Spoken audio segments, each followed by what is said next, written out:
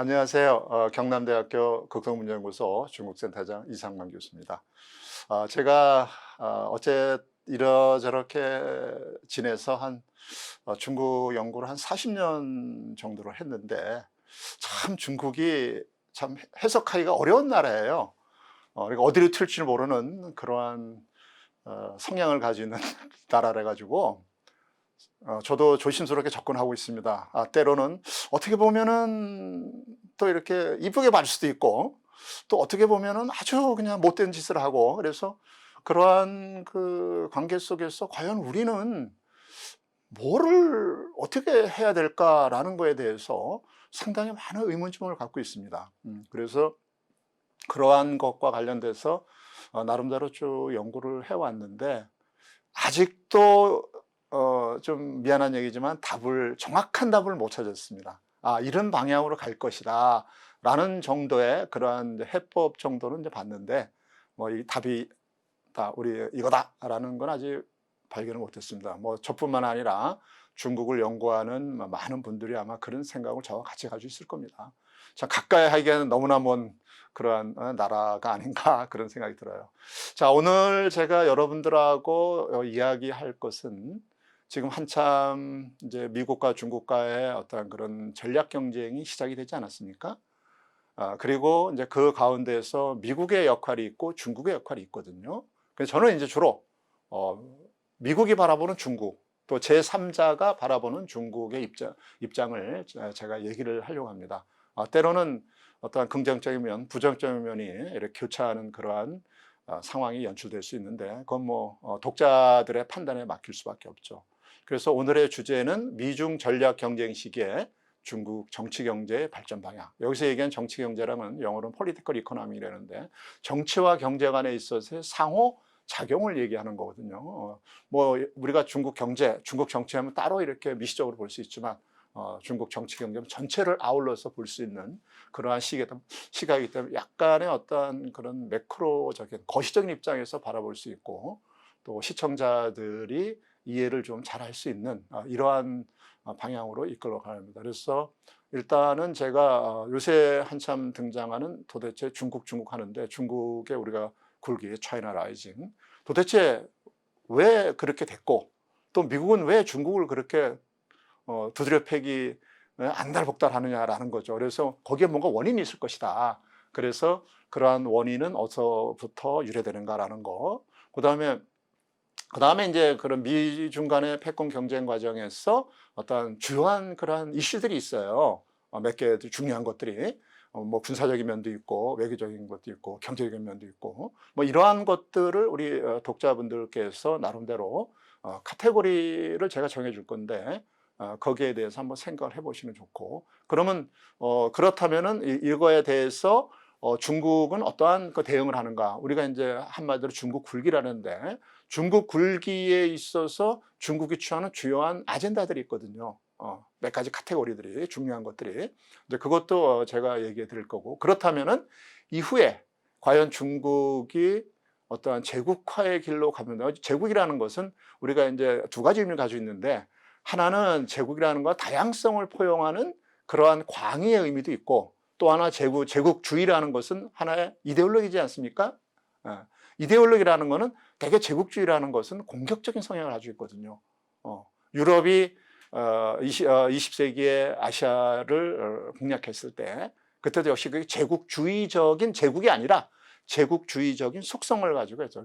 제국주의 속성은 예를 들어서 뭐 해외 식민지를 개척한다든가, 그다음에 어떠한 그러한 상대방의 정치적인 속박을 한다든가 해서 어쨌든 간에 그 본국의 이익을 위해서 일을 하는 그러한 상황을 연출하거든요. 그러니까 뭐 한포 외교를 한다거나, 뭐 대표적인 그렇죠. 우리도 병인양요 이런 거다뭐 통상을 하다 유럽 국가들이, 자본주의 국가들이 돈을 벌자고 그러한 한포 외교를 통해서 개방을 시키는 거예요. 중국도 예는 아니죠. 대표적인 게 아편 전쟁이거든요. 청나라 말기의 아편 전쟁 그 자체가 바로 이런 의미예요. 그러니까 중국이 워낙 큰 나라니까 유럽 국가에서는 그 중국 시장에 호시탄탄 노리고 있는 거죠. 때가 이제 온 거죠. 청조 말기에 청나라 조정이 부패하면서 틈이 생겨버린, 그 틈을 따라서 찾아서 온 것이 바로 광동지역 아니고 홍콩 아니겠습니까? 그래서 그 당시에 이제 주로 영국을 중심으로 하는 유럽의 자본주의 그런 제국들이 아시아를 공략하면서 특히 중국의 어떠한 그 자원이라든가 이런 그 약탈해가는 그러한 상황을 연재죠. 그래서 중국에 있어서는 뭐 제가 연구한 그러한 관점에서 본다면 중국은 역사적으로나 의식적으로나 과거에 중국이 제국을 경영했던 그러한 이미지가 남아있거든요. 그러니까 자꾸 그거를 원상회복시키고 그러한 것을 찾아가려는 것이 바로 우리가 작용과 반작용의 법칙에서 계속 순환적으로 연결되고 있다라는 거죠. 그게. 자, 여기 그림들이 몇 개 있는데요. 한번 좀 보시죠. 이게 지금 우리 그 국내 서점에 나와 있는 번역했다거나 하는 원본이나 이런 것들 거의가 다 미중 간에 있어서의 그런 갈등을 나타내는 그런 것들. 뭐 앞으로 미래 중국이 세계 패권을 장악할 것이냐, 아니면 미국이 패권을 유지할 것이냐, 뭐 그러한 내용들이에요.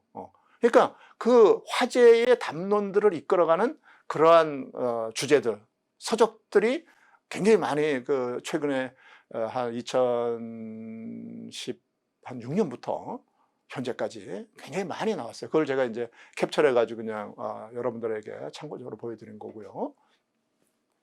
여기 참 재미있는 건데, 여기 이제 굉장히 그 미래학자 중에서 이제 조지 프리드먼이라는 학자하고 니얼 퍼거스라는 역사학자가 이제 앞으로 과연 미국이 패권을 유지할 것인가, 아니면 중국이 미국을 대체해서 패권국이 될 것인가 라는 거에 대해서 TV 토론을, 인터넷에서 토론을 했는데 1, 2, 3차까지 했는데 1, 2, 4는 다 아직도 미국이 그 세계 패권을 유지하고 강대국으로 남았을 거다 라는데, 마지막 3차 그 토론에서 중국이 앞으로 부상을 미래의 세계 패권을 장악할 수 있다라는 이러한 이제 그 독자들이 반응을 보였어요.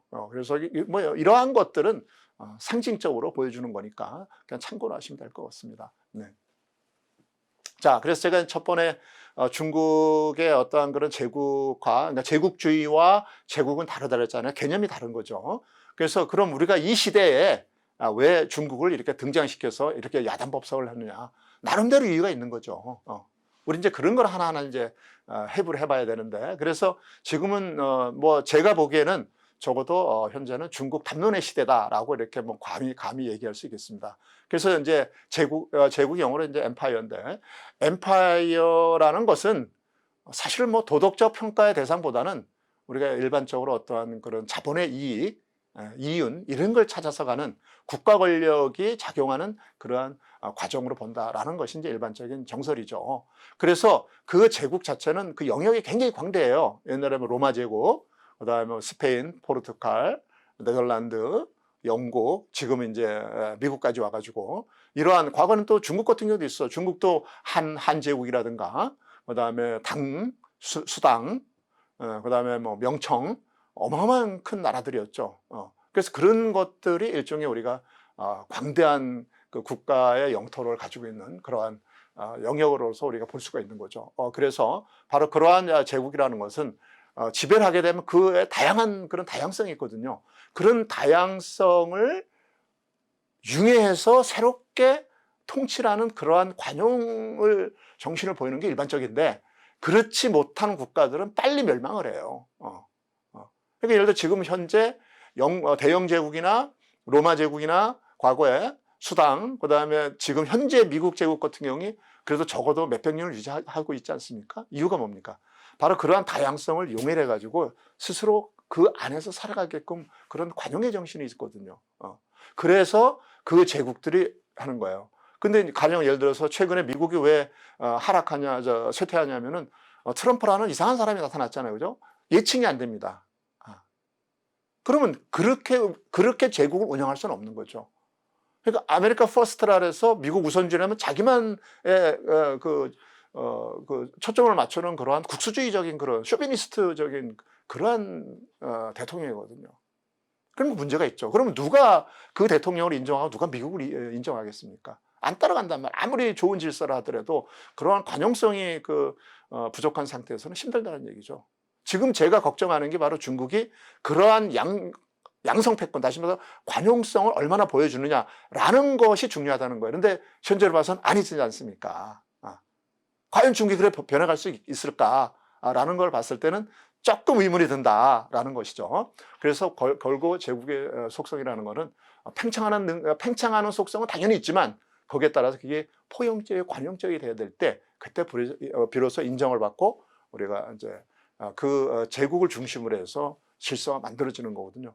끊임없이 중국은 자기네 질서를 얘기를 해요. 뭐 신형 대국 관계, 신형 국제 관계, 갈수록 버전이 업그레이드 됩니다. 근데 내용을 보면 계속 공격적이야. 그런 면들은 이제 제가 회의 있을 때마다 이제 그런 얘기를 하는데 굉장히 싫어해요, 걔네들은. 그런 말을 들어야지. 제3자가 얘기하는 얘기를 들어야죠. 자기네끼리 저 우물 안에 개구리식으로 그렇게 자기네만의 어떤 그런 영역을 형성해서 그것이 다라고 생각하면 안 되는 거죠. 근데 그런 것들이 문제다 이거죠. 그래서 지금 현재의 중국의 담론은 제국화인데 이제 이 제국화라는 그 자체를 하나의 프로젝트, 우리의 뭐 학교나 이렇게 회사에서 프로젝트 많이 하잖아요. 다 기획해가지고 탁탁탁 맞춰간단 말이에요. 그런 과정을 거치는 거죠.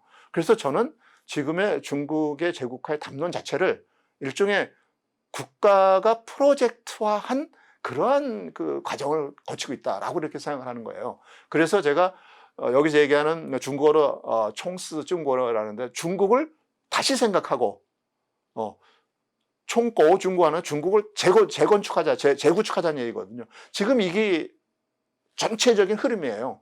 그런 흐름이라는 건 그 밑에 잠자고 있는 의식세계는 뭐냐면 과거에 우리가 어마어마한 그런 제국을 운영한 그러한 그 경험이 있다는 거예요. 여기에 대해서 역사적인 의식체계라는 거죠. 그걸 잊지 못하는 거죠.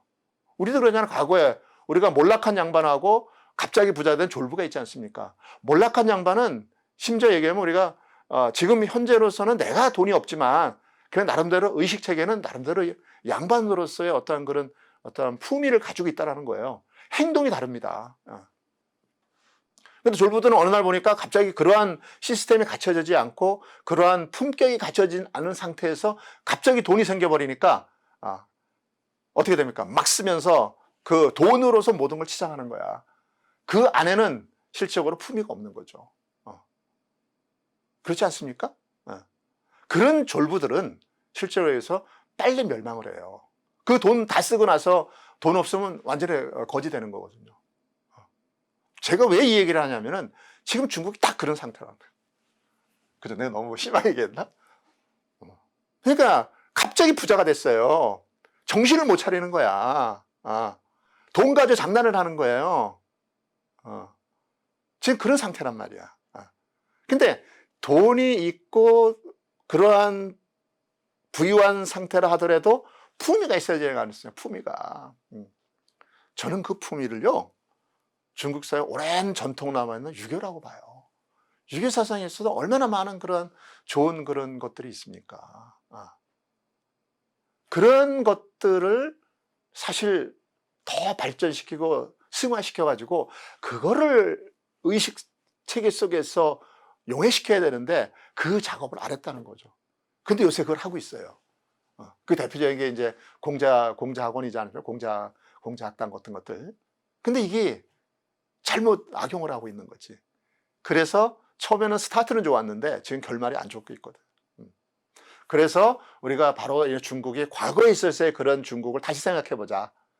다시 새롭게 중국을 재구축하자라는 것을 우리가 다른 얘기를 하면은 바로 중국 제국의 프로젝트화 이러죠. 바로 중국은 그런 단계를 거쳐가지고 점차적으로 단계별로 지금 착착착착 진행하고 있을 거거든요. 그래서 그렇다면은 중국 내 우리가 이제 안과 박을 얘기하잖아요. 그러니까 중국 내를 아니라고 보고 저 같은 사람을 외부라고 본다면은 중국 내부에서도 그런 제국에 대한 그러한 것들을 발신을 해요. 발신하는데 그게 이제 과거와 현재에 대한 중국 역사와 문화에 대한 약간의 어떤 프라이드, 자부심이 있는 거죠. 그러니까 우리는 과거에 이랬다. 앞으로도 이럴 것이다. 라는 희망사항을 가지고 있는데 현재 하는 행태들, 비헤이버는 그렇지가 않다는 거예요. 그 다음 두 번째 뭐냐면 앞으로 중국이 세계의 어떤 인류 국가 내지는 진짜 시혜적인 그런 패권 국가로 가려면은 반드시 해결해야 될 게 민족주의거든요. 걔네들은 중국 애들은 중화 민족주의에 대한 게 굉장히 강해요. 그래서 이러한 민족주의라는 것이 중화주의 사상으로 뭉쳤다면 이거는 자기만의 울타리를 만드는 거죠. 그거는 좀 곤란하다. 그거를 타파하고 그거를 변형을 시켜야 된다라는 것인데 과연 그럴까라는 것도 이제 의문이 좀 들고요. 그다음에 이제 또 하나는 뭐냐면 중국 외부에서부터 중국을 바라보는 그런 시각. 근데 이렇게 서구가 이렇게 그 기대했던 대로 뭐 가지를 못한다. 라면 과연 대안은 누군가? 그러니까 현상을 나타나는 걸 봤을 때는 미국 외에는 중국밖에 대안이 없다. 이런 시각을 가지는 거죠. 그래서 외부에서 중국을 바라볼 때 그러한 중국을 우리가 소위 얘기하면 뭐 친중이니 뭐 친민이 이런 얘기하는데 저는 그런 얘기보다가도 중국을 좀 더 안다. 지중. 오히려 지중이라는 것들, 그래서 이러한 것을 이해하려면 과연 우리가 어떠한 그러한 시스템 또는 그러한 연구 태도, 어프로치 뭐 이런 걸 가지고 해야 되는가라는 거 굉장히 조심스럽죠. 그러나 어쨌든 간에 중국 내부에서 안에서 바라보는 거하고 중국 외부 밖에서 바라보는 거하고는 차이점이 있는 거죠. 그래서 바로 이제 그러한 것들에 대해서 우리가 좀 생각을 해봐야 되고, 그렇다면 이제 중국의 담론, 제국화라는 담론이 어떻게 이렇게 진화되어 있는가라는 것을 보게 되면 물론 중화제국에 있어서 부정적인 역사도 많이 있어요. 부정적인 역사. 근데 이러한 부정적인 역사도 있고 긍정적 역사인데 저는 좀 최근에 어떠한 그 시각이 하나의 문명사점이, 근데 중국 문명은 살아있거든요. 인도 문명도 살아요. 그래서 지금 인도 문명과 중국 문명이 과거에 어떤 그런 오랜 유구한 역사를 가지기 때문에 멸망하지도 않고 현재 살아있단 말이에요. 앞으로는 사실 중국 문명과 유교 문명에 있어서 중국을 대표하는 중국 문명과 유교 문명, 힌두 문명과 유교 문명 간의 어떤 그런 충돌이 일어나지 않을까. 물론 뭐 2000년대 초에 샤멜 헌팅턴 문명 충돌을 얘기했지만 그 이전에 바로 그러한 다른 예를 아랍 국가들에 있어서의 그런 과거의 고대 문명들은 다 사라졌거든요. 다 지하로 묻혔죠. 근데 지금 인도하고 중국하고 요새 또 국경 분쟁을 통해서 이렇게 자꾸 싸우는 거 보면 바로 그거는 문명 간에 있어서의 그러한 그 투쟁이 아닌가라는 그런 생각을 가지고 있어요. 그래서 바로 이러한 역사적인 그러한 관점에서 그러한 문명사적인 그런 것도 좀 봐야 되지 않겠는가라는 거죠. 그래서 중국이 지금 이 정도 경제적으로 부유해지고 그다음에 세계에서 미국에 대적할 정도의 그런 힘이 생겼기 때문에 앞으로의 중국을 이제 어떻게 규정하느냐라는 건 이제 중국 내에서 규정을 하죠. 그래서 대표적인 것이 이제 2014년에 시진핑 주석이 중국하고 프랑스 50주년 기념회에서 얘기했던 깨어난 사자론, 그런 얘기를 하죠. 그래서 사자, 과거에는 그 사자로서 잠자는 사자였지만 지금은 이제 깨어났다. 그래서 우리도 문명 국가를 추구하고 그다음에 인류 문명 공동체를 얘기하고 이런 식으로 이제 포장을 해가는 거죠.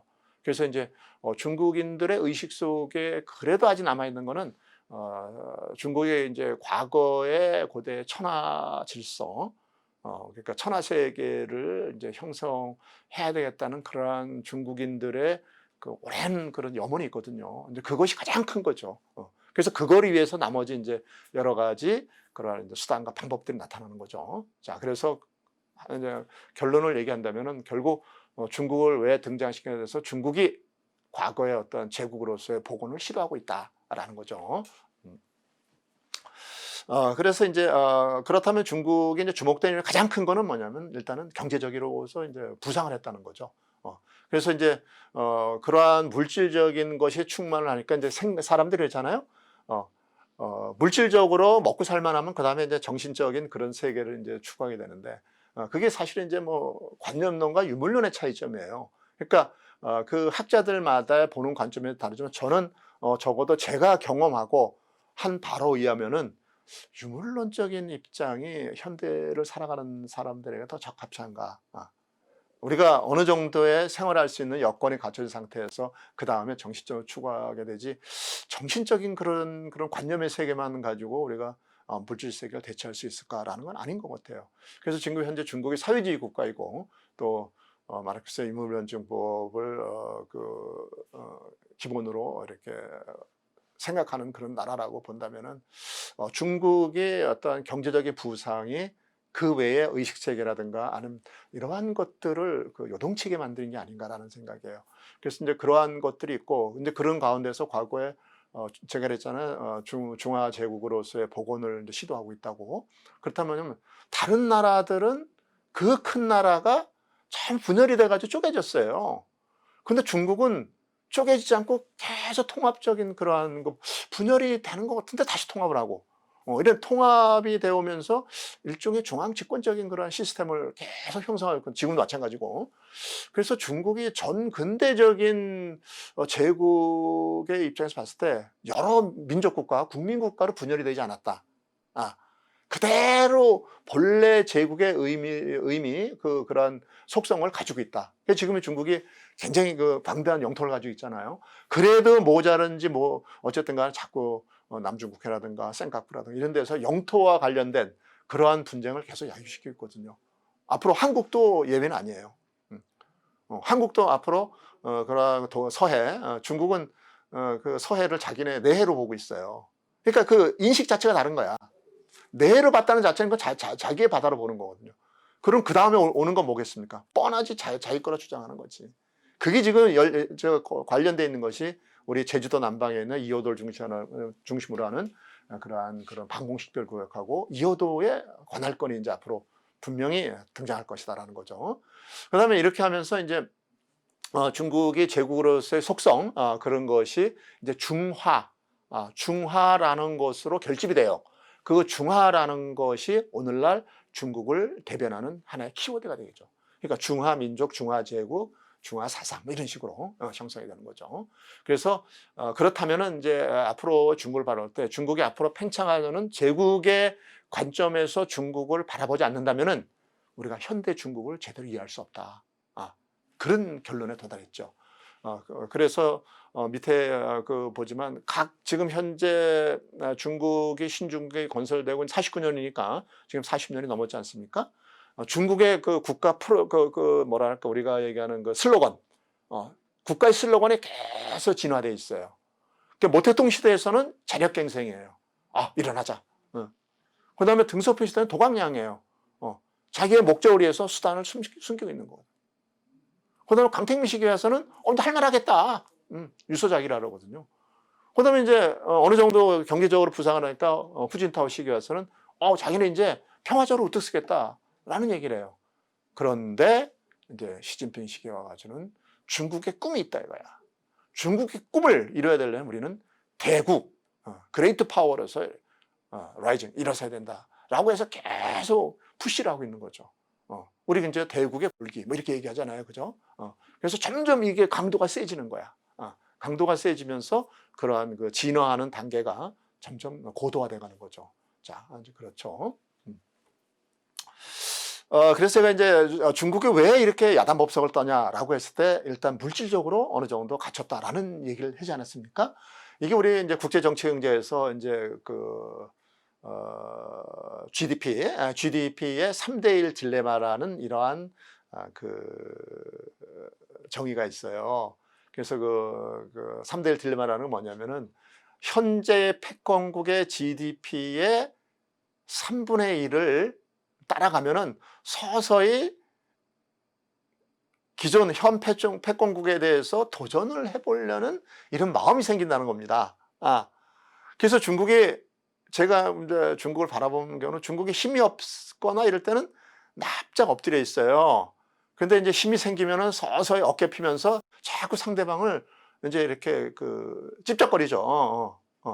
소위 얘기해서 상대방을 이렇게 조금 이렇게 건드리는 시기가 GDP가 패권국의 3분의 1 수준에 다른다. 3분의 1은 대부분 3%니까 한 3, 40%대에 오게 되면은 이제 한 번 좀 이렇게 쳐보기도 하고 찔러보기도 하고 이러한 생각이 난다는 거예요. 그래서 세계 패권 유지는 우리가 일반적으로 봤을 때 우리가 이제 헤게모니 사이클이라 해가지고 패권의 그러한 순환 주기가 한 1세기에서 1.5세기, 100년에서 150년 정도가 되면은 한 번씩 이렇게 순환해가는 그런 속성이 있다는 거예요. 그래서 이걸 우리가 이제 헤게모니 사이클이라고, 또 하나는 이런 가운데서 패권 움직여서 경제적인 사이클 있잖아요, 그죠? 그럼 우리가 이제 컨트라체프 사이클하는데, 그것은 대개 보면은 한 50 내지 60년을 주기로 해서 한 번씩 세계 그 경제 위기가 와요. 그래서 그게 거의 비슷해, 통계를 내보면은. 그래서 지도자, 모름지기 지도자라는 것은 패권에, 그러니까 요새 중국에서 시진핑 주석이 잘 쓰는 얘기가 100년에 올까 말까 새로운 변혁의 시기 왔다, 이런 얘기를 많이 해요. 저는 그래서 시진핑 주석이 이 이론을 알고 있는 건가? 라는 갑자기 그 얘기가 생각이 난 거예요. 근데 실제로 우리 국제 정치 경제에서는 그런 얘기를 하고 있죠. 그래서 중국은 지금 현재 100년을 내다보면서 신중국 건설 100년이면은 2049년이거든요. 그때까지 내다보면서 이제 서서히 이제 준비를 하고 있다고 보거든요.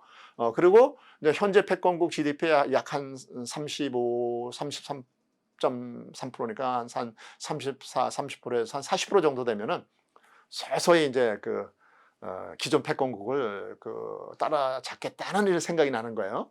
그래서 현재 미국과 중국의 경제력의 격차, 우리가 명목 GDP로 봤을 때 한 미국이 한 1.37대 1 정도, 중국이 1, 미국이 1.37. 그러니까 미국이 한 30% 정도 앞섰죠. 그러니까 중국이 거의 한 미국 GDP의 한 70%를 따라왔다는 거예요. 그렇게 되다 보니까 이제 기존 패권국은 어떻게 되겠습니까? 지금 겁이 나지 않습니까? 얘네들 따라오네. 그래서 처음에는 도와줬어요. 도와주면서 그럼 도와주게 되면 얘도 우리의 은덕을 입었으니까 우리가 하라는 대로 잘할 것이다 라고 희망사항을 가지고 있었는데 전혀 그렇지가 않더라 이거야. 보니까 안 되겠네. 점점점 우리를 우습게 보고 우리를 공격하고 우리를 따라잡으려래. 안 돼. 가장 먼저 제안이 어디겠습니까? 생각해 보세요. 돈줄 막는 거야. 돈줄 딱 막아버리면은 끝나는 거야. 북한 같은 경우도 지금 핵 개발해가지고 돈줄 막혀가지고 아무것도 못하지 않습니까? 미국이요, 그렇게 만만한 나라가 아니에요. 자기 하고 싶은 거 다 할 수 있는 나라야. 지금 달러가 기초통화되어 있으니까 달러 가지고 장난치기 얼마든지 쉴 수 있는 거야. 미국요, 돈 찍어내면 돼. 그런 나라이기 때문에 감히 아직까지는 범접을 못하죠. 두 번째는 뭐냐면 더군다나 해군력 같은 거 있잖아요. 공군력 어마어마하죠. 아직 못 따라갑니다. 그래서 미국 입장에서 빨리 이 중국의 성장하는 경제적인 그런 예봉을 먼저 꺾어야 되겠다라고 해서 시작한 게 2018년 9월 달로 시작한 무역전쟁이에요. 근데 그 무역전쟁이 무역이나 관세로 끝난 게 아니라 거기에 파생되는 다방면으로 가지 않습니까? 그죠? 무역 관세를 시작해가지고 그다음에 금융까지 가고, 그다음에 지적재산권까지 가고, 이제는 어디까지 왔냐면은 체제 문제까지 왔어요. 미국 지금 현재 트럼프 정부의 소위 하는 매파들 있잖아요.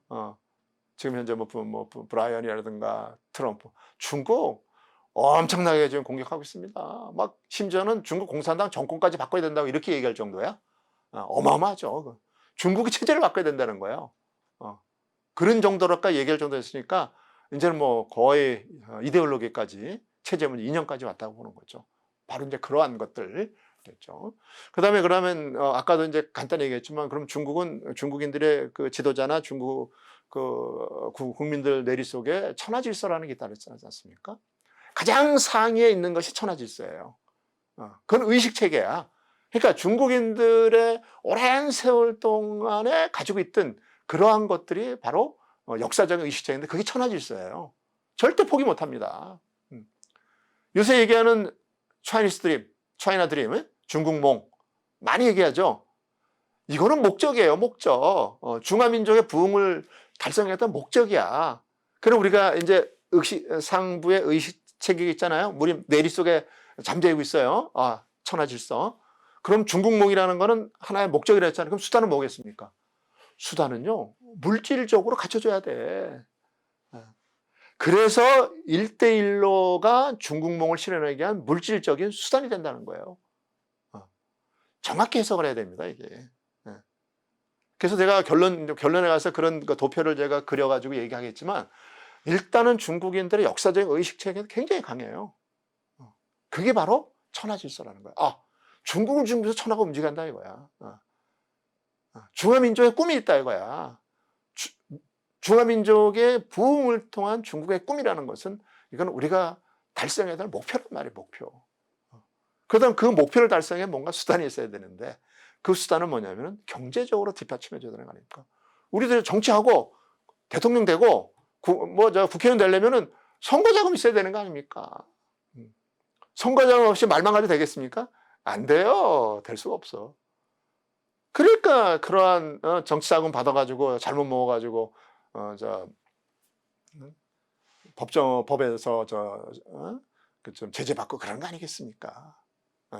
그러니까 이제 결국 중국은 중화민족의 부흥이라는 그러한 거를 실현하기 위해서 뭔가를 해야 되는데, 그게 바로 1대1로라는 것으로 이렇게 압축이 돼 있죠. 그죠? 그 이후 중국 어떻게 해줄까? 이제 부유한 중국이 됐어. 그럼 그 다음에 뭘 영향할까? 나 이제 국제 질서, 세계 질서에서 나 영향을 행사하고 싶어. 그렇게 되는 거예요, 당연히. 과정이 그거야. 그러니까 이제 1단계는 우리가 소위 해서 1대1로 경제적인 그러죠. 수단이죠. 그걸 중에서 거대 경제권, 지역 통합하는 거예요. 그게 대표적인 게 RCEP이에요. 지금 지난 11월 15일 날 RCEP 15개 국가 사인했잖아요. 중국은 대박 터진 겁니다. 근데 인도는 거기에 사인 안 했죠. 그죠? 왜? 지금 계속 중국을 지금 경쟁 상태로 노려보고 있는 거야. 만만한 나라가 아니죠, 인도는. 그 다음에 2단계 뭐냐면은, 그럼 경제적 FTA를, 거대 메가 FTA를 통해서 경제 통합을 했다. 라면 그 다음에 뭐예요? 거기에서 중국이 우위를 차지하려면 가장 중요한 게 뭐겠습니까? 기술이거든요. 첨단 기술이거든. 그 첨단 기술을 통해서 그 지역 통합을 장악하는 거죠. 그래서 우리 이거를 기술 굴기라 그래요. 그래서 중국이 기술 굴기를 추구하고, 마지막 단계는 뭐냐? 그럼 이러한 것을 보장을 하려면은 뭐가 있겠어요? 힘이 있어야 되는 거 아닙니까? 그 힘이 군사력이에요. 그래서 끊임없이 군사력을 증강시키고 무기 체계를 바꾸면서 바로 중국은 최후적으로 뭐냐면 강군 전략. 그러니까 군사력이 뒷받침 주고 거기에서 경제적으로 경제적으로 더 성장을 하면서 나름대로 중국이 구상하는 그런 전체적인 그런 세계 질서를 완성하겠다라는 건데, 아직 요원하죠. 아직 요원하죠. 자, 이거 이제 제가 도표를 얘기했는데, 지금 이제 중국 제국화 프로젝트의 입구로서의 이제 GDP 3대1 딜레마를 했잖아요. 간단히 보면 소련이 1970년도에 미국 GDP의 42% 정도를 따라갔어요. 그 당시에 70년대 그 미국하고 중국이 그 군비 경쟁을 하면서 상당히 이제 고전을 많이 겪었죠. 그때에 미국이 손을 벌린 것이 누구냐? 중국이란 말이야. 중국을 끌어들여서 소련을 견제했어요. 근데 트럼프 정부에서는 반대된 거야.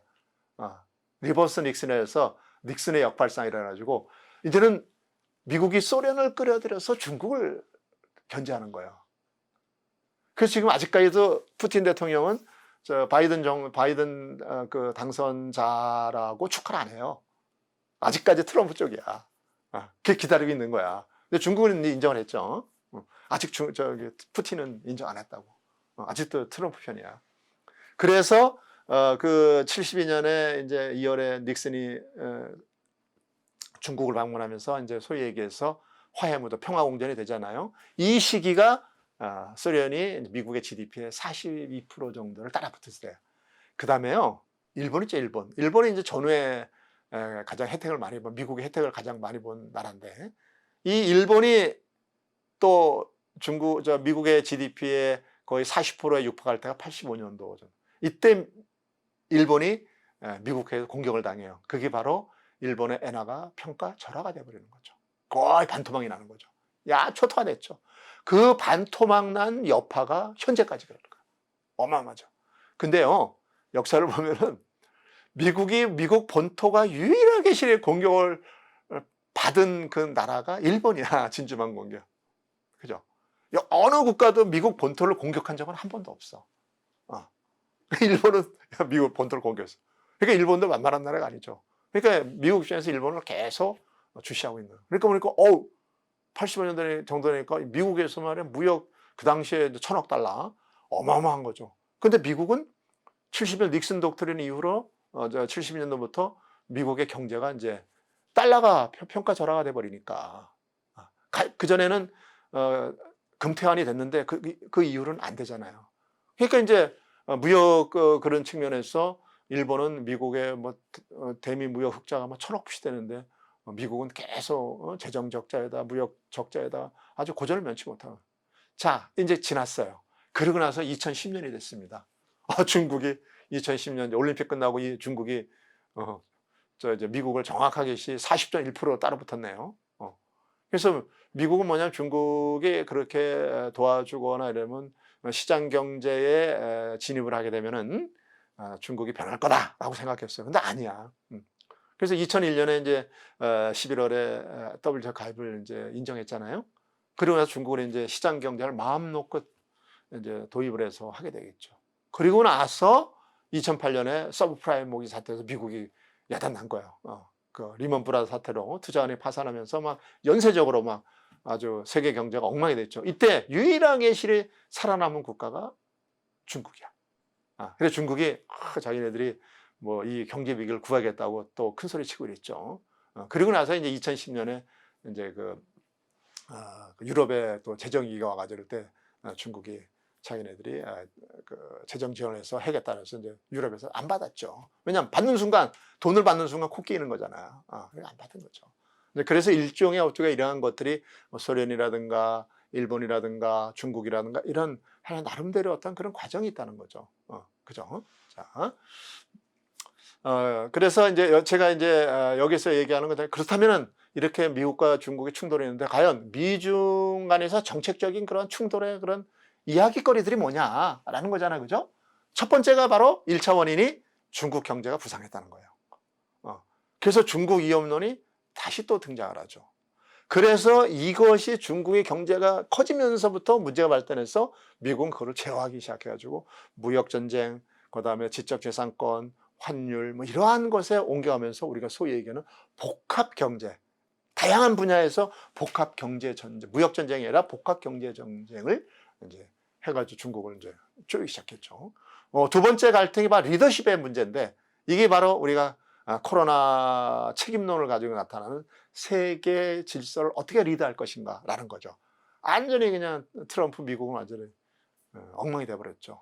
그러니까 중국은 그 틈을 타가지고 막 보건 실크로드라 그래가지고 뭐 마스크 외교에다가 뭐 그다음에 그런 방역 물자를 해가지고 서서히 이제 영역을 넓혀가기 시작했죠.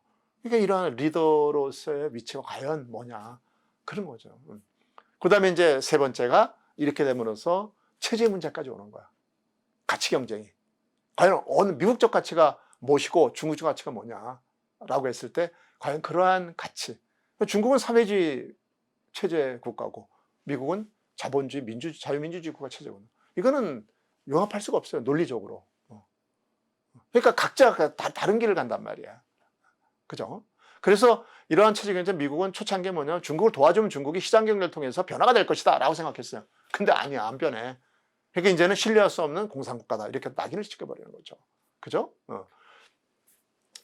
자, 이렇게 돼서 이제, 그 다음에 이제 문제가 되는 게 뭐냐면 이렇게 미중 간에 있었을 때 탈동조와 디커플링. 각자 스스로 자기네끼리 이제, 성장하는 건데. 그럼 여기서 뭐냐면 미국 입장에서, 중국에 있었어요. 공급사슬을 끊어야 되겠다. 공급사슬이 계속 엮여 있으면 그것을 벗어나기 힘들거든요. 그러니까 미국 입장에서는 이러한 공급사슬에 GVC, 글로벌 밸류 체인 이것을 중국으로부터 끊어야 되겠다라고 해서 거기에 나오는 것이 뭐 경제번영 네트워크라든가 클린 네트워크 뭐 이런 걸 통해 가지고 자꾸 이제 자본주의 시장 경제 질서의 그 다양한 국가들을 이제 결집시키는 그런 거죠. 그래서 이제 그것도 하고 중국은 여기에서부터 이제 벗어나지 않으려고 미국은 중국을 이제 단절시키려고 이제 그런 과정. 그 다음에 이제 우리 군사적인 문제예요. 그래서 미국 중간은 물론 탈동조화가 진행되고 있지만 여기에서 중요한 건 군사력이잖아요, 그죠? 그러니까 중국이 뻗어나갈 수 중국의 지도를 놓고 보면은 대륙으로 가는 것보다 해양으로 갈 수 있는 길이 굉장히 제한적이에요. 원래 이제 중국은 원래 그 대륙 지향 국가였거든요. 근데 이제는 그게 안 되잖아요. 그러니까 이제 해양으로 나갈 때 해양으로 빠져나갈 수 있는 게 태평양 아니면 인도양이거든요. 다 막혀 있거든. 그러니까 이거를 뚫으려는 거예요. 그러니까 뭐 남중국해라든 센카쿠라든가 뭐 앞으로의 제주도 남방해요, 이어도 문제 이런 것들을 계속 문제를 제기할 거라고요. 그 여기에 대해서 이제 뭐 인도 태평양 전략이라든가 쿼드 플러스 X 이런 걸 통해서 중국을 자꾸 이제 그 해외 팽창하는 것을 바다로 나오는 걸 막으려고 하는 거죠.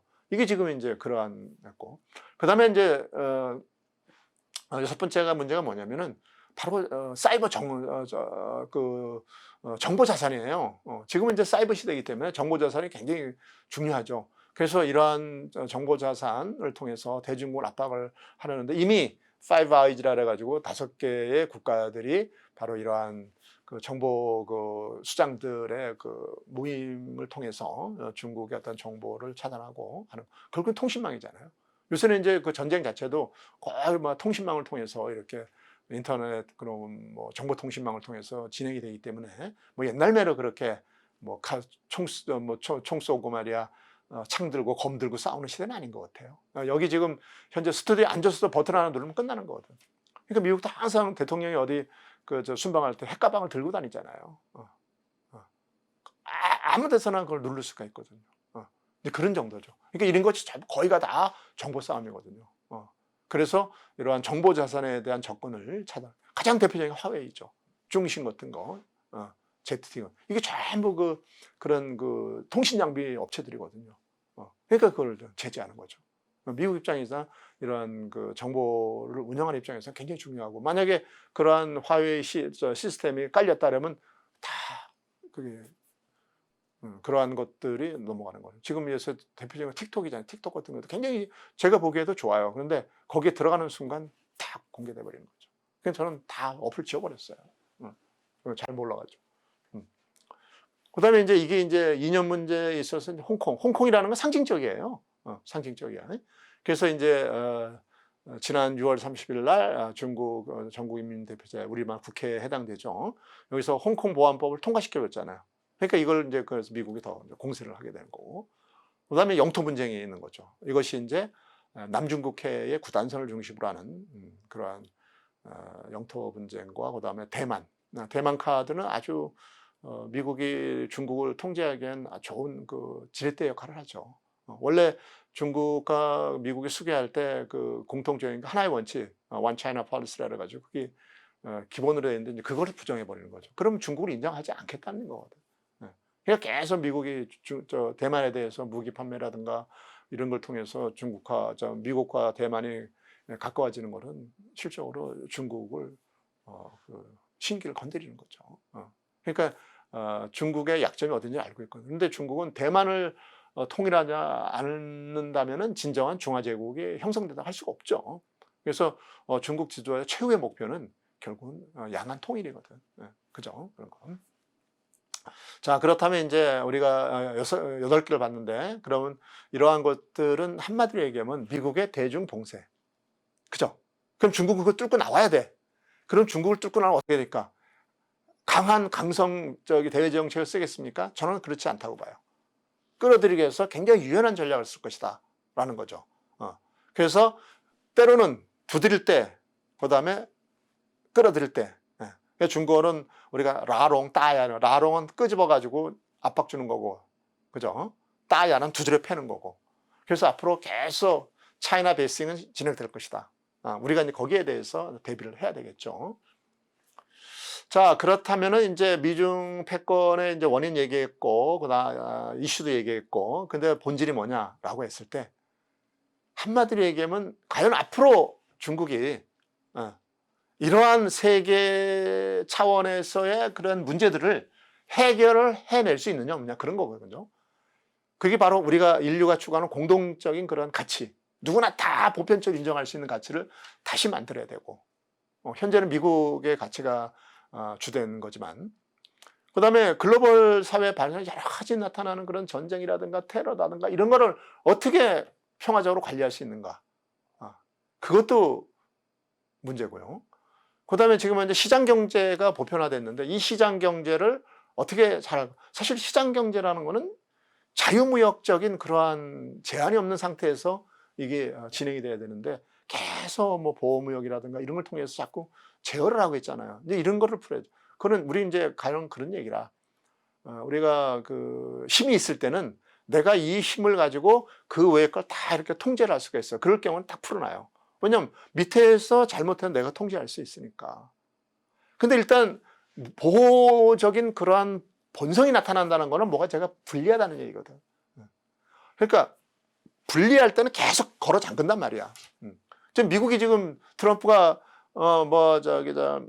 WTO에서도 뭐 탈퇴하고 TPP에 탈퇴하고 이런 거 뭐냐면 미국이 불안한 얘기예요. 그러니까 자꾸 걸어다니고 자기만의 어떤 그런 성을 쌓는 거거든요. 근데 그게 반해 중국은 뭐냐면 우리는 다 개방한다. 얼마에 들어와다. 라고 얘기를 하는 거죠. 상대적으로. 그러니까 이러한 것들을 어떤 시장 경제라든가 이런 거시 경제를 어떻게 관리할 수 있는가. 과연 풀어놓을 것인가 아니면 조일 것인가라는 것들. 그다음에 뭐 경제 위기가 닥쳤어요. 글로벌 경제. 그럼 그걸 어떻게 선도적으로 해결할 수 있느냐라는 능력들. 뭐 여태까지 미국은 그렇게 했거든. 근데 중국이 과연 그렇게 할 수 있을까라는 거. 그다음에 다섯 번째 뭐냐? 인류가 Sustainable Development, 지속 가능한 발전할 수 있는 그러한 아젠다를 계속 제공할 수 있는가라는 거죠. 그다음에 우리가 이제 마지막 여섯 번 뭐냐면 지금 글로벌 생태 재앙들이 오지만 온난화다, 기후 문제 이런 것들을 어떻게 주도적으로 할 수 있는가. 이런 것이 해결을 못한다면 절대 중국은 세계의 어떤 그 리더 국가로서의 역할이 없죠. 그렇다면 우리 여기서 리더에 나왔으니까 그럼 글로벌 리더 국가의 도대체 자격은 뭘까? 한번 생각해 보세요. 한번 생각해 보면 뭐가 있겠습니까? 첫째, 권력이라는 게 동의에 의해서 지배해요. 누구나 다 인정해서 너도 인정하고 나도 인정하고 그렇게 해서 동의해서 인정했을 때 그것이 진정한 권력이 되는 거죠. 지금 국제사회에 그런 게 있습니까? 아니잖아. 미국? 아니에요. 중국? 아니잖아. 그러한 것을 먼저 만들어야 된다라는 우리가 이거를 동의에 의한 지배, 다시 말로 헤게몬이라는 거예요. 우리가 우리말로 패권, 패권이라는 거는 바로 동의에 의한 지배거든. 그래야지 인정을 해. 그러면 동의에 의한 지배를 해서 패권을 가진 국가는 굉장히 시혜적이어야 돼. 희생도 필요하고 관용도 필요하고 해서 퍼줘야 돼 자꾸.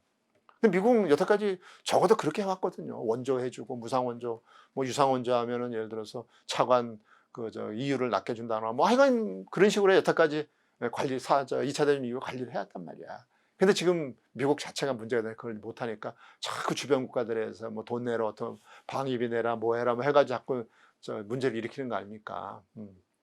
두 번째는 관용과 희생이 필요하다. 그게 안 되면은 리더로 자격이 없죠. 그렇잖아요. 한 집안에서도 형제들이 여러 자매들이 있더라도 큰형 같은 거 예를 들어서 부자가 내가 돈 막 동생들한테 줘봐요. 그래 어떻게 돼? 형 좋다 그래. 근데 형이 저기 밑에 애들한테 동생들한테 야 너 돈 좀 내놔봐 끌어들여봐 동생이 좋아합니까? 어느 날 보면 그 안 만나. 아주 단순한 논리야. 국제사회도 그렇지 않습니까? 그래서 관용과 희생이 필요하다. 내가 손해를 보고도 해야 된다는 거죠. 그다음 세 번째 뭐냐면 그렇게 하려면 돈이 있어야 될 거 아닙니까? 그러니까 부와 권력을 추구하되 그것이 양성으로 분배가 돼야 된다. 양성으로 보내야 된다. 나쁜 쪽이 아니라 서로 발전한 쪽으로 풀어줘야 된다는 거죠. 그리고 네 번째 뭐냐면 국내 정치가 안정이 돼서 권력의 정당성을 해야 되는데 지금 미국 보세요. 국내 정치가 엉망이잖아요. 막 자기네끼리 싸워. 그게 미국 민주주의의 본질입니까? 아니잖아. 우리 여태까지 미국 보고 배웠잖아. 근데 그런 거 또 배우라고? 말도 안 되는 얘기지. 그게 권력의 정당성이나 이런 것이 문제가 되는 거예요. 그 다음에 다섯 번째 뭐냐면 요새 공공재라는데 public goods. 이거를 어떻게 공급할 것인가라는 거. 그 다음 마지막으로 이제 글로벌 이익을 했을 때 조정 능력. 이게 있어요. 이런 것들이 갖춰져야지만 소위 글로벌 리더가 될 수 있다는 거예요. 이게 안 돼 있으면 안 되지. 자, 그 다음에 이제 요거는 이제 중국이 이제 부상하는 과정이에요. 간단히 제가 표현했는데 간단히 설명을 하면 이런 거예요.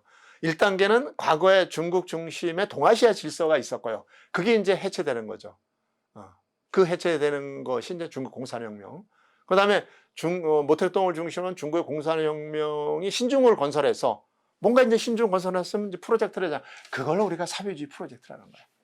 사회주의의 어떤 그런 특성을 가진 프로젝트들을 하는데 많이 다양한 것들이 있죠. 뭐 이것만 얘기해도 뭐 하루 종일 얘기도 모자리는데 그것을 급속하게 아무도 없는 상태에서 하게 되다 보니까 많은 무리수가 있는 거예요.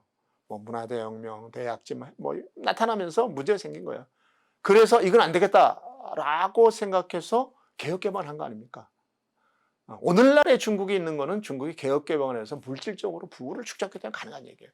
그렇지 않으면 중국은 맨날 문 걸어 잠그고 그렇게 살아야 돼. 다른 외부 세계하고 연결을 안 하고 자기끼리 꾹꾹짝거리고 살아야 돼. 뭐 살 수는 있겠지.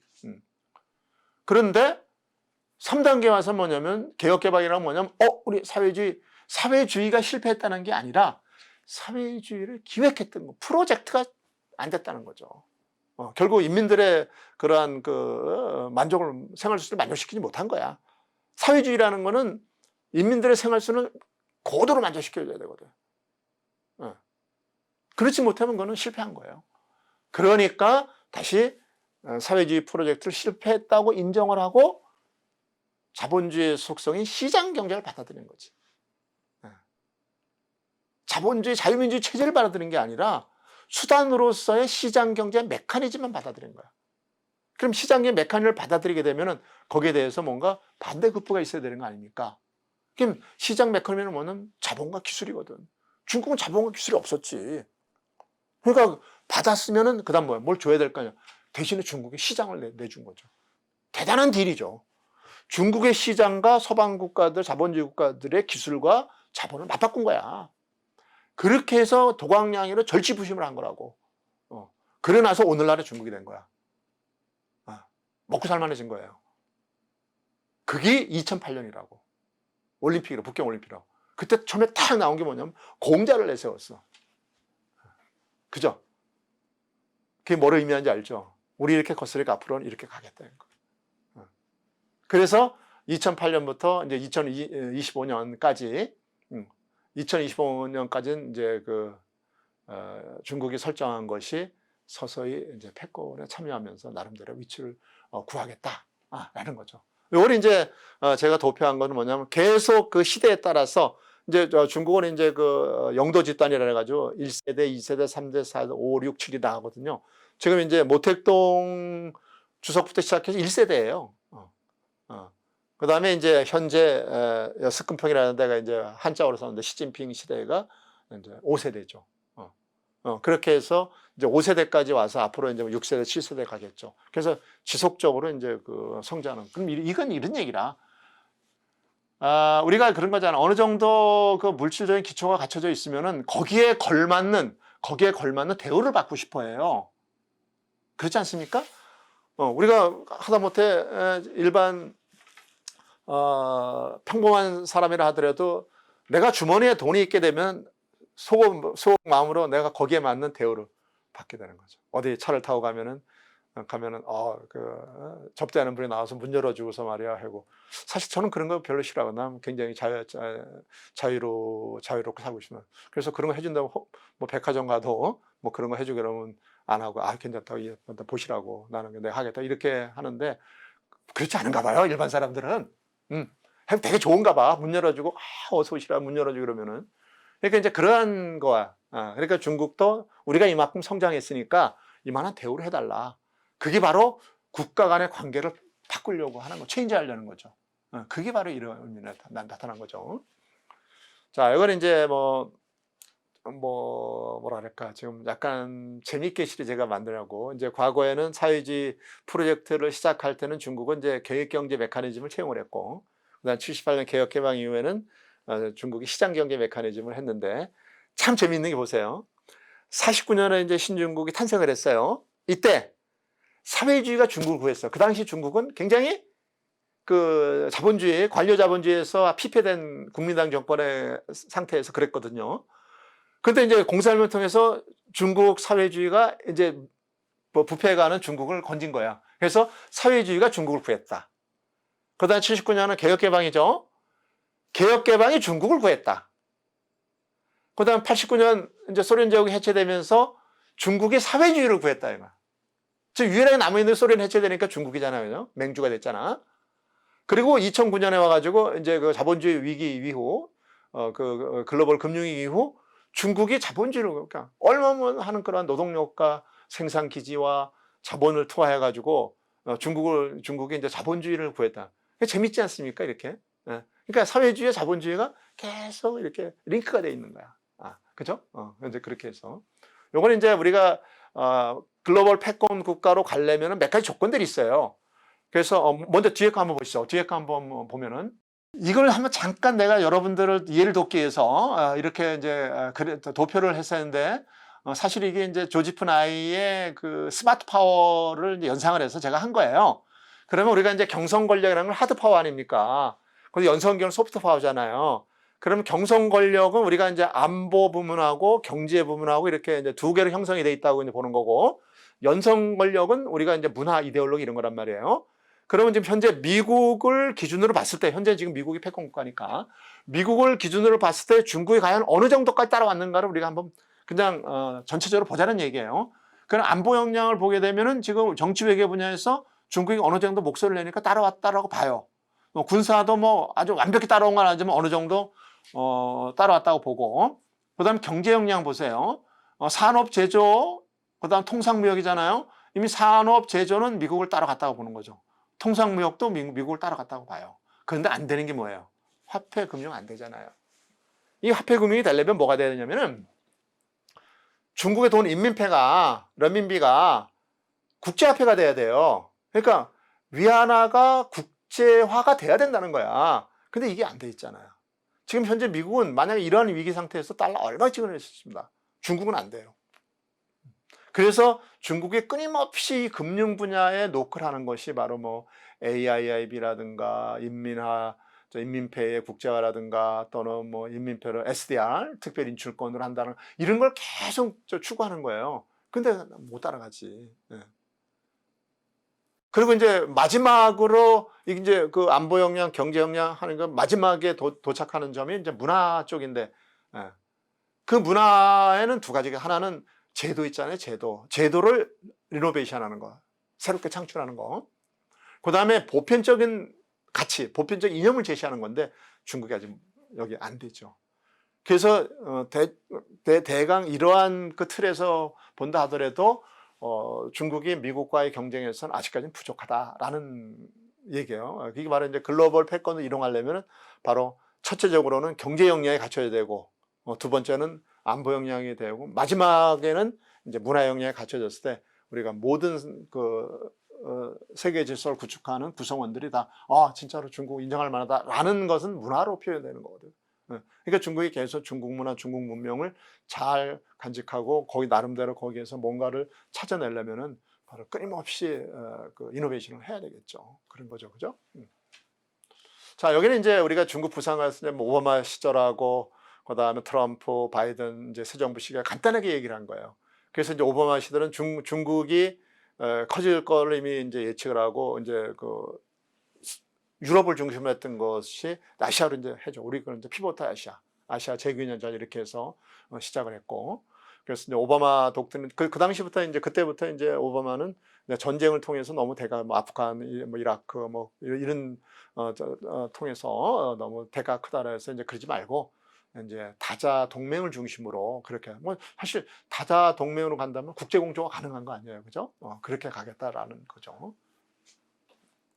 근데 트럼프는 약간 달라. 아까도 말씀드렸지만 일단은 기존의 정책을 재검토해야 되겠다라고 해가지고 나타난 것이 바로 닉슨의 역발상, 리버스 닉슨, 또는 뭐 여기서 제가 이제 뭐 매드맨, 그러니까 하여간 뭐 소위 얘기하면 미친놈 같아. 그러니까 사실 그 매드맨은 어느 누구도 참 통제하기 쉽지 않습니까, 그죠? 그래서 닉슨의 역발상이라는 거는 이제 닉슨이 그 발상했을 때 소련을 견제하기 위해서는 중국을 끌어들여서 해야 되겠다라는 것이 닉슨의 생각이야. 그 트럼프는 이걸 바꿔버린 거죠. 이제는 러시아를 끌어들여서 중국을 견제해야 되겠다. 이렇게 이제 생각한 거고. 그다음에 이제 무조건 이제 트럼프 입장에서는 생각나 무조건 행동을 옮기는 거예요. 액션. 다음에 제도화를 해서 법으로 딱 고정을 시켜버리죠. 이러한 이제 전략을 쓴 거죠. 그래서 뭐 밑에 나와 있는 거 마찬가지로 트럼프 시대에 와서는 우리가 국제기구라든가 뭐 이런 데에서 다자간 협력에서 많이 이제 그 발을 빼는 그런 그 상황을 연출했죠. 그래서 국제사회에서 인정을 못 받은 거예요. 예. 그렇다면 이제 뭐 거의 이제 확정이 됐는데 바이든 새 정부 어떠냐? 결국은 잊어버렸던 미국의 리더십을 다시 회복하겠다는 얘기예요. 근데 회복을 하되 협력할 부분은 협력을 하고 경쟁할 부분은 계속 경쟁하겠다라는 메시지 주는 거예요. 그러니까 협력할 부분은 우리의 인류에 있어서의 지속 가능한 발전 관련되어 있는 것들, 그죠? 뭐 생태 환경, 기후 문제 뭐 이런 거에 대해서는 그거는 뭐 인류의 공통적인 문제니까 그건 다 협력을 하고 뭐 다른 분야에 대해서 뭐 군사적인 그런 거나 이런 데서 뭐 중국이 뭐 미국이 얘기하는 뭐 기술 탈취, 첨단 기술 뭐 탈취 이런 거에 대해서는 계속 제재를 하겠다라는 거죠. 어차피 이제 강원 양면 전략을 쓴다고 보는 거죠. 그래서 협력과 경쟁은 같은 투 트랙으로 갈 것이다라는 거죠. 우리도 여기에 대비해야 된다라는 거죠. 자, 이건 이제 그림 한번 보세요. 이제 그래서 우리가 이제 중국이 경제 굴기를 함으로써 중국이 자신감을 있다 했잖아요. 이제 그게 이제 중화 민족의 부흥이 이제 중국몽인데 중국몽이 목표가 되고 그 목표를 실천하는 것이 바로 1대1로라 했잖아요. 그래서 1대1로가 중요하다는 거예요. 왜냐하면 1대1로가 성공을 못하면은 중화 제국의 어떤 그런 물질적 기반이 무너지는 거거든요. 그래서 중요한 거죠. 그래서 요거는 이제 제가 캡처를 해서 참고로 보시라고. 그래서 이제 중국이 신실크로드를 이제 구상하려면 이 주위에 있는 인구가 44억이야. 전체 세계 인구에서 거의 한 60% 이상을 차지하죠. 그 다음에 경제 규모도 보면 1억 조, 21조 달러 정도. 뭐 세계 GDP 거의 뭐 현재 미국하고 비슷한 거죠. 그런 정도 큰 거죠. 뭐 여러 가지 뭐 국가 지역이 연결된 지역이 26개 국가. 그 다음에 철도망이 있잖아. 그것이 뭐 한 8만 킬로 이상 되고 이렇게. 그래서 굉장히 광역화된 이게 바로 소위 제가 얘기한 중국 애들이 의식적으로 가지고 있는 그러한 질서라는 거예요. 이렇게 통해서 우리가 그 세계를 이렇게 구성하겠다라는 거야. 이게 이제 하나의 물질적인 1대1로가 바로 물질적인 그러한 중화제의 기초가 된다는 게 제 판단이 이제 그거죠. 여기 이제 보면 두 개가 있잖아요, 그죠? 육상 실크로드가 있고 해상이 있고.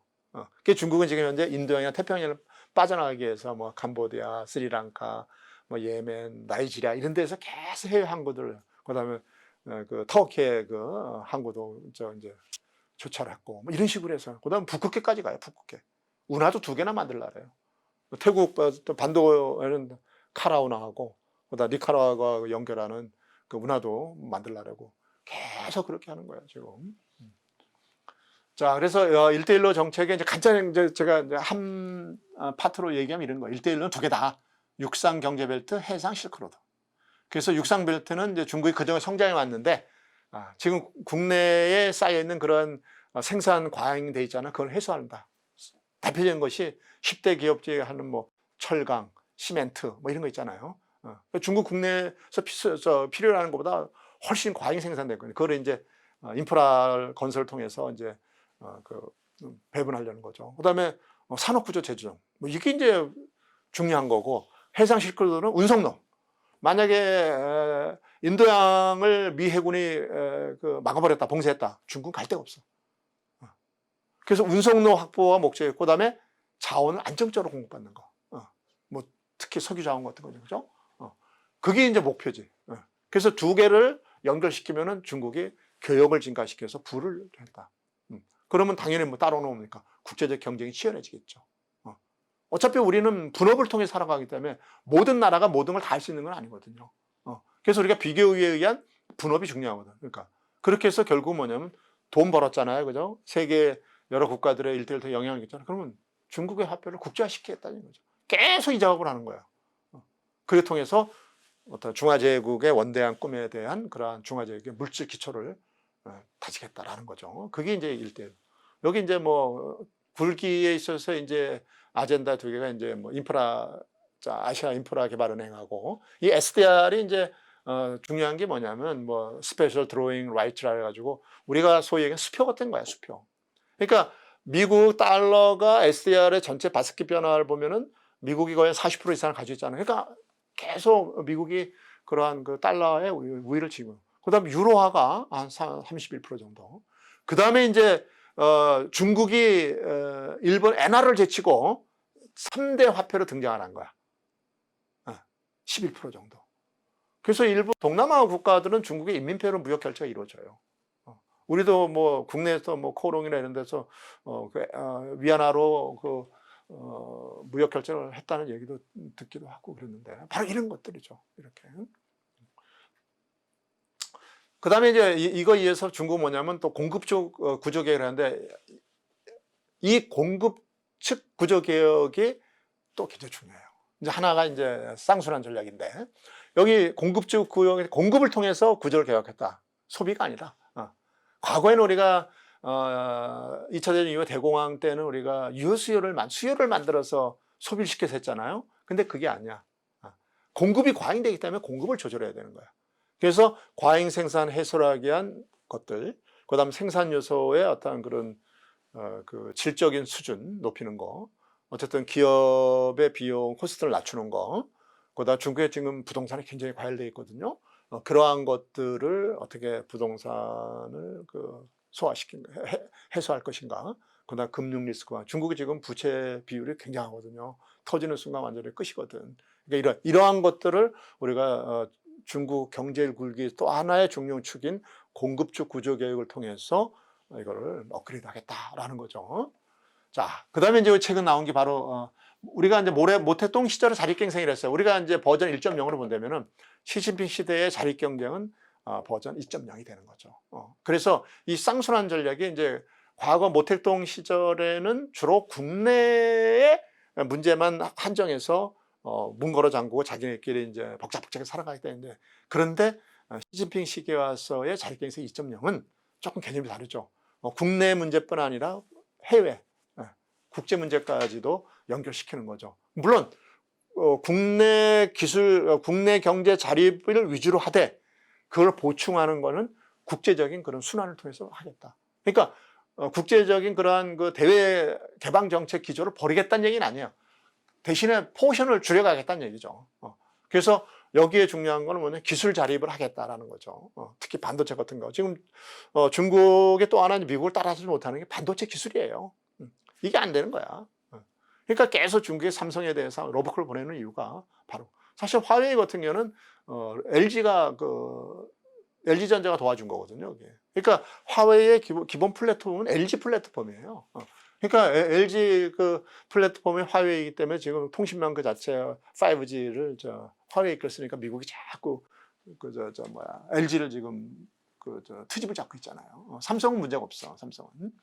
자, 그래서 바로 쌍순환 전략이라는 것이 역시 한꺼번에 한마디로 얘기한다면은 국내의 자립 경제를 위주로 하되 해외 시장의 개방도 보충하겠다. 그래서 양쪽 투트랙을 했다는 거죠. 이게 이제 앞으로 이제 적어도 5년간 14차 5개년 계획 동안에 진행될 것이 이제 바로 이 쌍순환 전략이라 할 수가 있겠죠.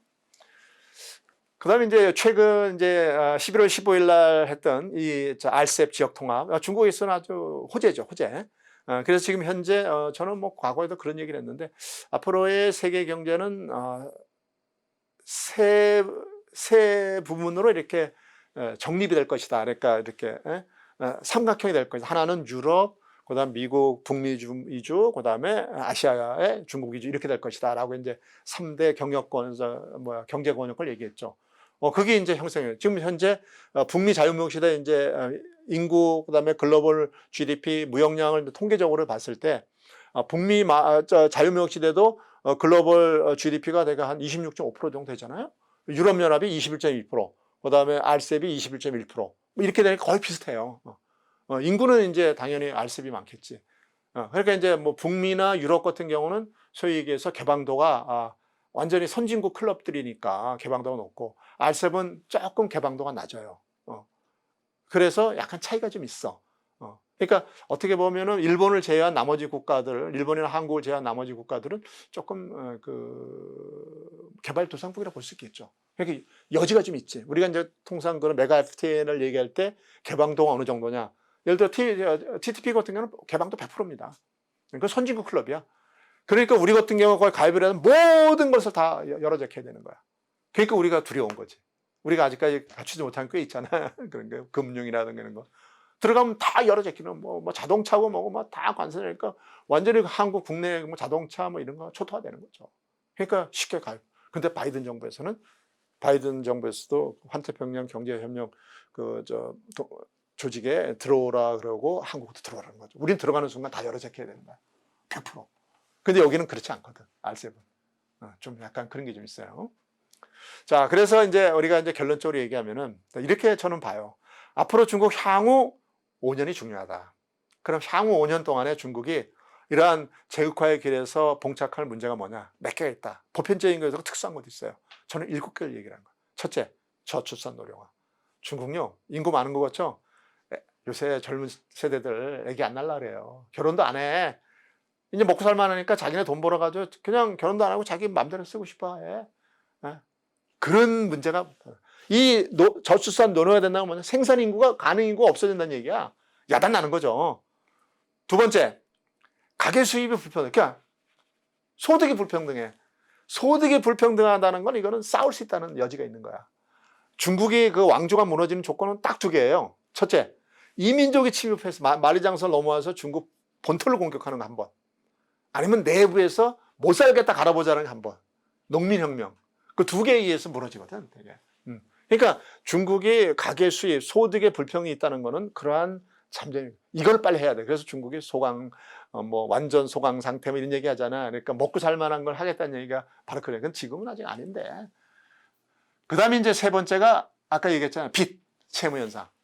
뭐 국영기업이 뭐고 은행으로 막 그냥 정부에서 주라면 주고 그러니까 이게 장난이 아니야. 이거 지금 터지면 그러니까 이 고채무 현상을 어떻게 해결할 것이냐. 그죠? 그 다음 네 번째. 기술은 자꾸 발전되잖아요. 그죠? 근데 이것이 현실에 응용이 돼야 되는데 이게 안 될 경우에는 문제가 많이 생기는 거죠. 그 다음에 5번째는 뭐냐면은 여러분들이 이거를 이해할지 모르겠는데 나는 이걸 이렇게 보는데 중국의 말은 공공재 있잖아요. 사회주의 국가는 공공재가 있단 말이야. 굉장히 관리가 부실해.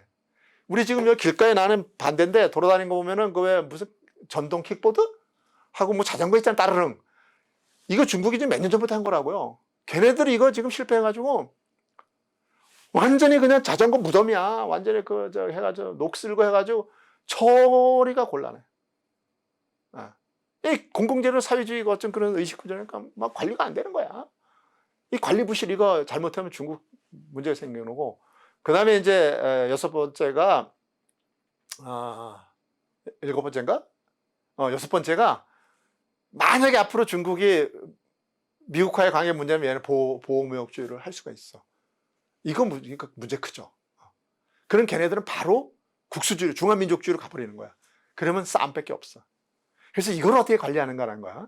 그래서 마지막으로는 뭐냐. 중국이 과연 지금 현재 뭐 동북아 문제 뭐 이런 거에서 글로벌 레벨이라든가 그다음에 리저널 레벨에서 발생하는 이러한 지정학적인 거버넌스 있잖아요. 관리 시스템. 이게 자꾸 악화가 되는데 이걸 어떻게 올릴 수 있느냐. 그만큼 중국이 정치 외교적으로 그러한 힘을 발휘할 수 있느냐가 이제 중요한 거죠. 그래서 이 7개 문제가 앞으로 향후 5년간 이제 14차 5개년 계획을 중심으로 하는 문제에 있어서의 하나의 그러한 해결해야 될 그런 문제라. 이것이 해결되면 중국은 업그레이드 되는 거고 이게 해결이 안 된다면 중국은 다운그레이드 되는 거겠죠. 자, 마지막으로 이제 제가 아까 설명했죠. 마지막 총 정리할게요. 자, 이 그림이에요. 우리가 처음에 얘기한 거하고 마지막하고는 내용이 같아야 되는 거 아니야. 그래서 제가 이렇게 얘기하는 거야. 중국의 장기 패권 전략 구도를 어떻게 볼 것이냐. 결코 버리지 않을 것이다. 그러면 그거는 의식체계와 가치체계와 물체계가 연합이 돼 있어야 된다라는 거예요. 그러면 지금 얘기하는 지금 중국이 얘기하는 인류 공동 운명체라는 것이 나도 현재 인류 공동 운명체가 뭔지 잘 모르겠어. 근데 운명 공동체는 알겠어. 근데 인류까지 붙은 건 나는 아직까지 아니라고 봐요. 그래서 중국은 이 천하세계를 인류 운명 공동체로 포장을 한단 말이야. 그리고 중국이 조화세계의 문명국가가 되겠다라고 얘기하는데 그러면 그 천하세계라는 그런 의식체계를 지탱하는 게 뭐냐? 2개라는 거죠. 하나는 중국몽, 하나는 1대1로. 그러니까 중국몽은 목표가 되고 1대1로는 수단이 되는 거예요. 그럼 중국몽을 위해서 뭐가 필요하냐? 사회주의 포기하지 않겠다는 얘기야. 그죠? 중국 절대 사회주의 포기하지 않습니다. 그래서 사회주의는 그대로 가겠다는 거고, 그러니까 사회주의를 위주로 해서 세계 질서를 구축하겠다는 뜻이야. 그러니 미국이 가만히 있겠습니까? 그럼 그거를 뒷받침하는 건 뭐냐? 강력한 군대죠. 그래서 강군 건설이 중국을 뒷받침하는 거야. 그럼 1대1로는 뭐냐? 수단을 했잖아요. 그죠? 물질 수단. 그럼 수단에 의해서 뭐가 필요하냐? 이거를 업그레이드하기 뭐가 필요하냐? 국내의 문제점들을 바꿔야 되는 거야. 그게 공급적 개혁하고 쌍순환제도라는 거죠. 이 두 개가 뒷받침해서 1대1로가 되는 거예요. 자, 그럼 여기서 제가 마지막으로 이제 강의를 마치면서 몇 가지 화두를 던질게요. 앞으로의 미중 갈등 속에서 중국이 유연한 전략을 펼칠 거리라는 것을 우리가 예측을 할 수가 있어요. 왜냐하면은 자기 편을 만들어야 되니까. 중국 주변국 정책이나 있거든. 그러면은 중국은 뭐냐면 주변국이 혼란스러우면은 중국 내도 혼란스러워. 다른 얘기는 중국이 혼란스러우면 나비효과에서 주변국도 혼란스러워. 그럼 중국은 뭐냐? 자기네의 안정을 위해서는 자기네들이 워낙 힘이 커가지고 밑에를 다 통제할 수 있든지 아니면 주변국들 자기 편으로 만들든지 둘 중에 하나예요. 놓고 보세요. 중국의 주변국에서 진짜로 진정한 친구가 있나 없나 보세요. 없어. 없잖아요. 북한? 아닙니다. 한국? 미국 눈치 보느라고 아니에요. 베트남? 전쟁까지 하는 나라야. 인도? 전쟁하는 나라야. 필리핀? 아니에요. 일본? 아니야. 없어. 소련? 에이, 절대 아닙니다. 그래서 중국의 유연자를 펼 수밖에 없는 이유가 주변국들을 끌어들여야 돼. 자, 그럼 여기서 제가 이제 뭐 어차피 중국 전공자니까 중국에 얘기를 할게요. 첫째, 명제 1. 중국은 절대 사회주의를 포기하지 않는다. 명제 2. 중국이나 북한을 움직이려면 미국을 지렛대로 삼아야 된다. 자, 이런 얘기예요. 자, 첫째 명제는 뭐냐면 중국이 사회주의를 포기하지 않는다는 건 이거는 뭐 걔네 공산당 강령에도 있으니까. 두 번째는 뭐냐면은 미국이 움직여야지만 중국이나 북한도 움직인다. 이거 이해하십니까? 미국이 액션을 줘야지 중국이 움직이는 거야. 그럼 지금 예를 들어서 지난 10월 달에 왕이 부장 한국 방문한다고 캔슬했죠. 시진핑 주석 방한한다 계속 지금 오리무중이죠. 왜? 폼페이오가 일본은 들리고 한국은 안 들렸거든. 바로 필리핀 날아갔거든. 근데 한국 올 이유가 없잖아요. 그죠? 그 다음에 지금 바이든 새 정부 들어오면서 대한반도 정책이 바뀌어가잖아요. 그죠? 대중국 정책이 바뀌어갈 거 아니잖아. 그러니까 미국이 대중국 정책이나 대한 정책이 바뀌어갈 가능성이 있기 때문에 지금 움직이는 거예요. 이해하십니까? 자, 그래서 저는 중국을 바라보는 시각이 명제가 있어. 한반도까지 포함 3개의 명제가 있다고 보는 저 나름대로 생각하기에. 첫째 뭡니까? 중국은 사회주의 포기해. 그래서 가치 체계가 맞지가 않는다는 거야. 그래서 우리가 한미 가치 동맹을 포기할 수 없다는 거예요. 그래서 우리는 어차피 한미 가치 동맹을 위주로 중국하고 거래를 해야 돼. 실용적인 거래를 해야 돼. 그게 우리의 운명이에요. 그죠? 두 번째 명제는 뭐냐면 미국이 움직여야 중국과 북한, 기타 국가들은 움직인다. 일본도 움직이고 미국도 북한도 움직이고 중국도 움직이고 한국도 움직이는 거예요. 그래서 어쨌든 간에 미국의 역할이 적다고 할 수 없다. 아무리 미국이 힘이 떨어진다 하더라도 그렇게 아직까지 뭐 부자 망하면 3대는 먹고 산다 그러잖아요. 아직까지는 그런 상태는 아니다. 그 다음 세 번째, 한반도 문제를 해결하려면 반드시 미국을 지렛대로 활용한다. 그래서 중국도 끌어들이고 북한도 끌어서 미국이 지렛대 역할을 하면서 중국을 압박을 하고 중국이 북한을 통제할 정도로. 근데 중국하고 북한은요, 어떤 관계냐면 우리가 그런 얘기 순망치 않으려잖아요. 근데 중국이 어느 정도냐면은 절대 북한이 죽게 안 놔둡니다. 적당히 먹고 살 만큼 생명선을 유지해 주는 거예요. 그런 정도로 계속 북중 관계를 유지하는 거죠. 그렇죠? 자, 그래서 여태까지 제가 이제 이러한 중국 관련 미중 관계 얘기를 했는데, 글쎄 여러분들의 뭐 어느 정도 도움이 됐을지 모르지만 어쨌든 간에 나름대로 전체적인 틀에서 바라볼 수 있는 시각은 제가 제시했다라고 생각을 합니다. 그래서 여러분과 함께한 것도 고맙고, 또 저도 앞으로도 또 계속 연구를 하고 나름대로 우리 한민족, 우리 민족의 생존 문제도 계속 생각을 하기 때문에 저는 앞으로도 중국 관련된 거에 대해서는 뭐 관심을 많이 갖고 지속적으로 또 분석도 하고 해석도 하고 그럴 겁니다. 그래서 뭐 또 다음 기회에 또 만날 기회가 있으면은 제가 다른 주제를 가지고 하겠습니다. 이렇게 또 경청해 주셔서 고맙고요. 모두들 다 건강하시고 행복하시길 바라겠습니다. 감사합니다.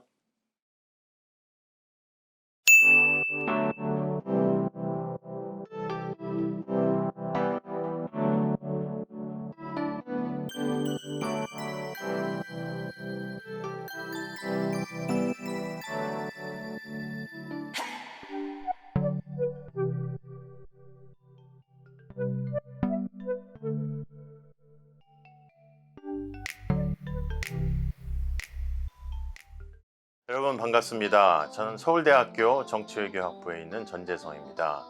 제가 다룰 주제는 지난 11월 3일에 있었던 미국의 대통령 선거 이후에 바이든 당선인이 내년에 미국의 신행정부를 맡게 될 경우에 어떤 외교 정책을 추구할 것인지, 그리고 한미 관계에는 어떤 변화가 있을지를 알아보는 시간을 갖도록 하겠습니다. 한미동맹은 한국의 발전에 엄청난 영향을 미친 아주 긍정적인 우리의 소중한 자산입니다. 따라서 다음에 미국의 신행정부와 한미 양국이 협력할 수 있는 방안을 모색해 보도록 하겠습니다.